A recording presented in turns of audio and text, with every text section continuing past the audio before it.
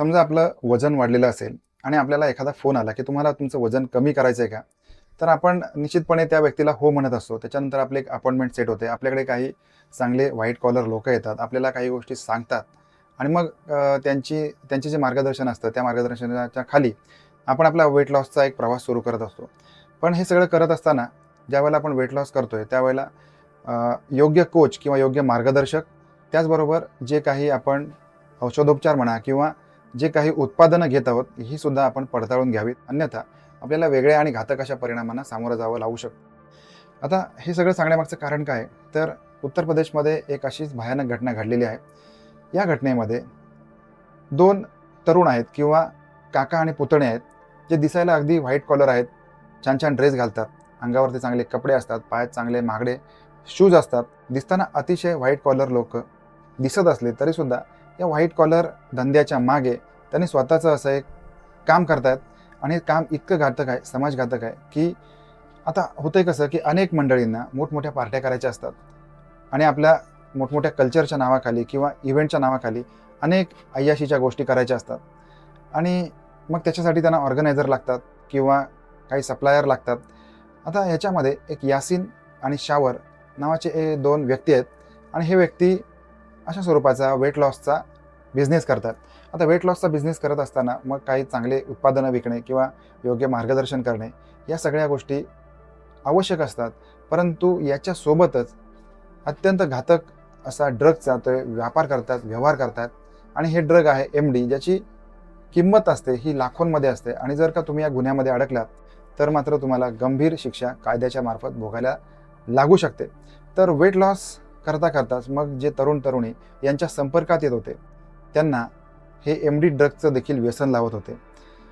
Weight लॉसचे उत्पादनं विकता विकता हे MD ड्रगचं व्यसन या व्यक्तींना लागत होतं आणि मग ते एकदा का त्यांच्या जाळ्यामध्ये आले की मग त्यांना मोठमोठ्या पार्ट्यांना घेऊन जायचं, त्यांच्याकडून पैसे उकळायचे. असे पण धंदे हे काका पुतणे दोघे पण करत होते.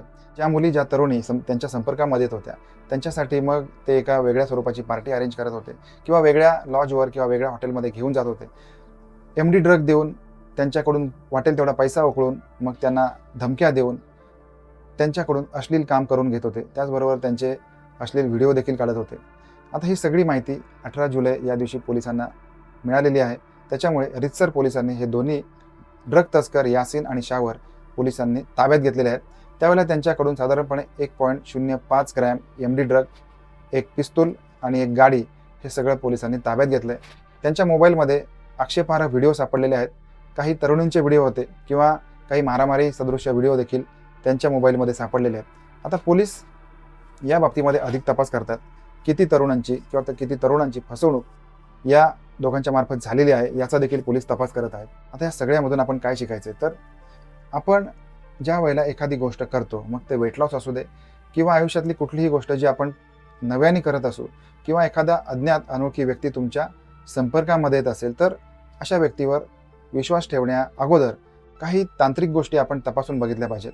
प्रत्येक वेळेला आपल्यासोबत आपल्या घरामध्ये आपण पोलीस स्टेशन उघडून बसलेलो नसतो. त्याच्यामुळे आपण आपले डोळे उघडे ठेवावेत आणि समोरून जी व्यक्ती आपल्याला मोबाईल फोन करते किंवा काही गोष्टींसाठी अप्रोच करते तर त्यावेळेला आपण आपले डोळे उघडे ठेवून, बुद्धी शाबूत ठेवून त्या संपूर्ण गोष्टींचा पडताळणी करून घ्यायला पाहिजे. किंवा जी काही उत्पादनं तुम्ही घेत असाल किंवा ज्याही सिस्टीमवरती आपण विश्वास ठेवत असू, तर या सगळ्या गोष्टी करण्यापूर्वी आपण अत्यंत व्यवहारी असावं आणि अत्यंत चोख असलं पाहिजे.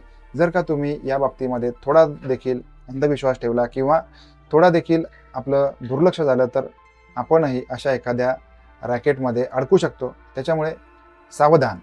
आपण भेटणार आहोत अशाच एखाद्या नवीन क्राईम स्टोरीमध्ये. तोपर्यंत काळजी घ्या. धन्यवाद.